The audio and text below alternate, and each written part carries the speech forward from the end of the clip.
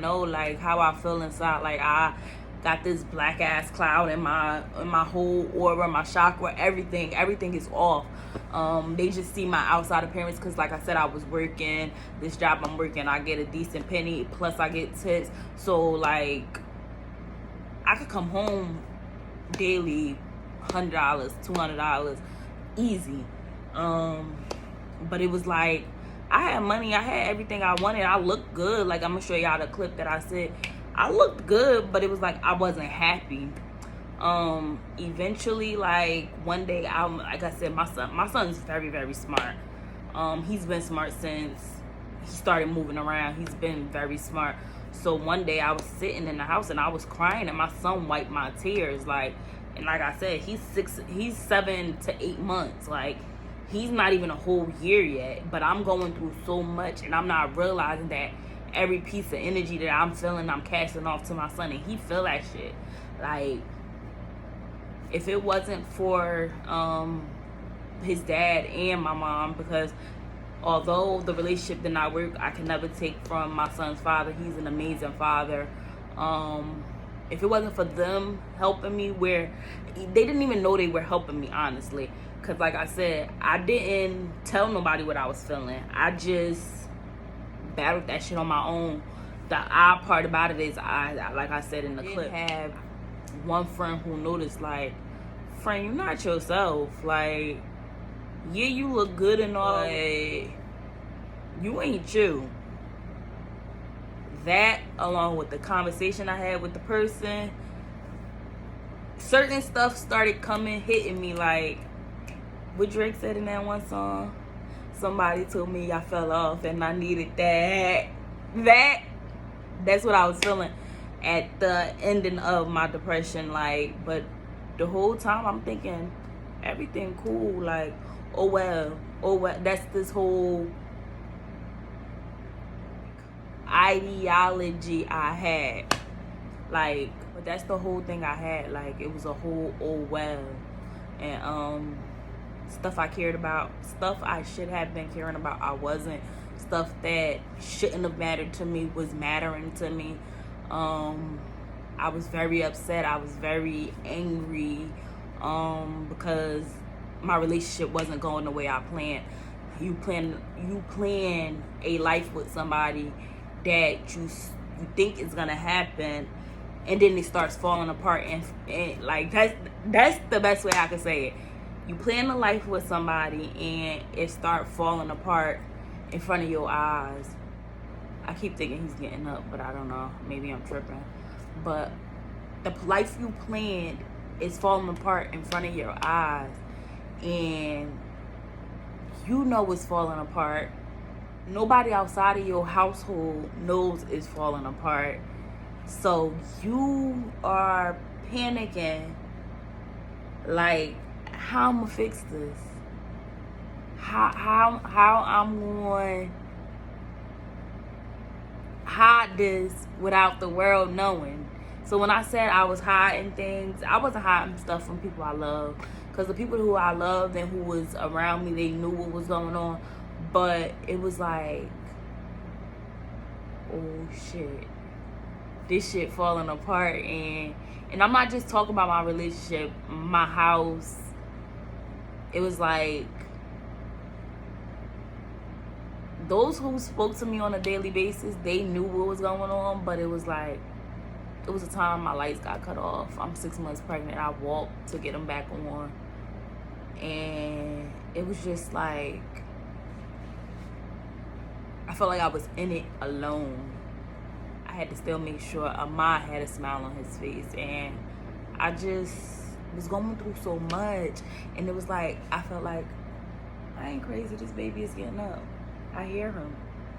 But it was like, I gotta make sure Ahmad good. I gotta make sure my house good. I gotta make sure nobody don't know my relationship falling apart. I gotta make sure nobody don't know that I'm raising this baby in my house and then he's raising him in his house. I gotta make it look like we still together. Like, it was just so much, and I was mean to so many people. And this is my public apology to everybody that I've been mean to, who I've done, because like I said, I've done countless amount of stuff to people who were close to me, people who weren't close, and it was just like so much. It was so much, like, but with my, like I said, with my friend coming to me, good though, like, because you don't seem like yourself. Sure enough, right then and there, I get emotional talking about it. But this beat I can't mess up. But I get emotional talking about it because it's like, all right, it was Sheree. We're 13 days apart. We so much alike, but so different. Like, as far as our interests, we don't even have that many different interests, honestly. Like, the most I could say is probably not even our we so much alike. Like, but she came to me and she like, friend, something ain't right. I don't know what's going on, but something ain't right. And I wasn't tripping. The stalker is getting up, so I'm gonna start to wrap this up. I appreciate my mom, because I could tell her I was tired for the past 2 days and she just keep him. I appreciate my sister Ebony, because she didn't even know, but she's getting him once a week, and that's giving me a big help. His dad, I could call him and tell him, come get him out. I need time to myself, and he'd give me a time frame. He'd be there, and he was there each and every time. I appreciate the person who did give me the tongue lashing that I did need, because like I said, I was just doing shit. I was mean. I was just doing stuff.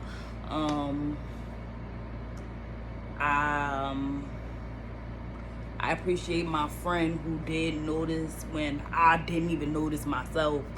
One day she came over. It was just supposed to be a seafood day, and she like, friend, I don't know what's going on. You look nice and all, but you're not yourself. Something up. And I'm like, I was taken aback by it because I didn't notice what she noticed. Me and this girl have been friends for, we 27 now, but we 13 days apart. And for her to notice it, that probably saved me and my son. Because although, no, I wasn't neglecting my responsibilities, I still provided for my son. I still made sure my household was good. But I was in a very, very dark place, and it gets me emotional thinking about it. It was a very hard time for me, because like I said, I was sitting there trying to hold on to something that died a long time ago. Like I said, it wasn't just my relationship. It was my mother mental health, my mother substance abuse. It was so much going on in my house at that time, and all I could do was tell my sisters that I was miserable. I couldn't formulate words to tell them how I actually felt. And it was crazy because I'm one that got all this mouth, and I can't even talk about my feelings. So this episode is tackling a lot for me, because not only am I so tough and I'm so mouthy, but when it comes to listening to other people's feelings, I'm so good at it. But when it comes to expressing how I feel, it's hard for me. It's very, very hard for me. Like, so when I was going through everything I was going through, I just tried to bottle up everything, where I would end up lashing out on people who were just trying to help me. It was rough. Like, it was really, really rough. I'm so glad that that day my son wiped my tears. That was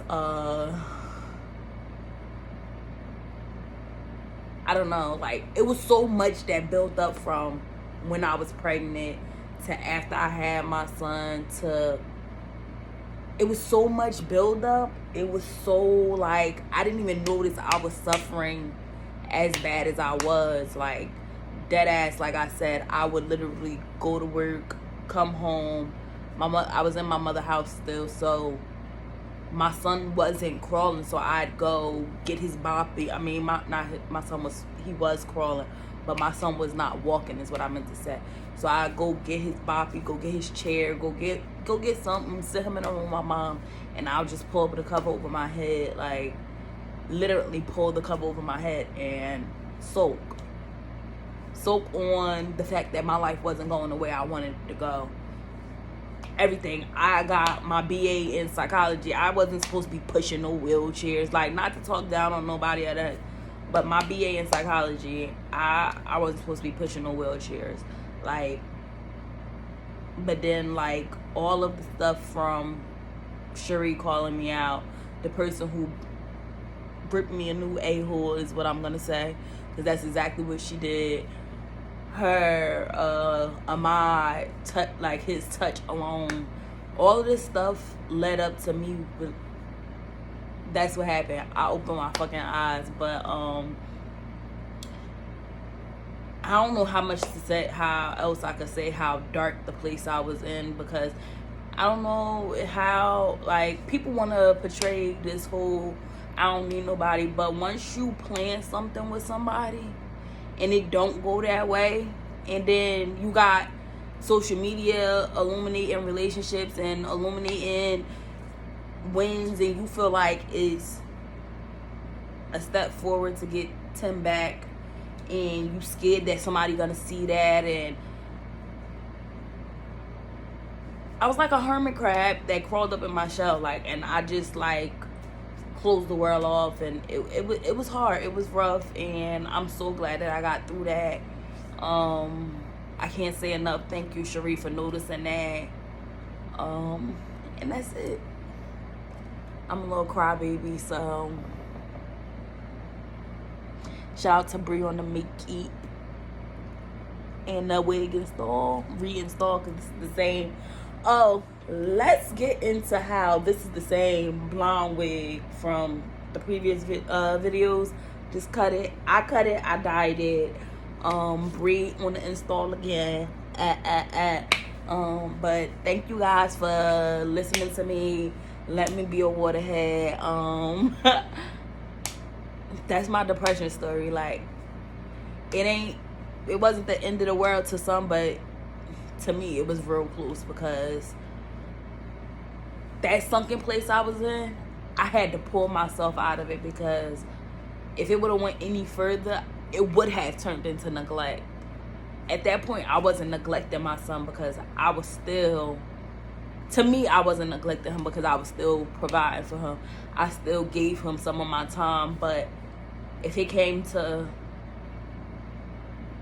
giving him time and me being able to soak in my feelings, it was at a point where it was neck and neck, like.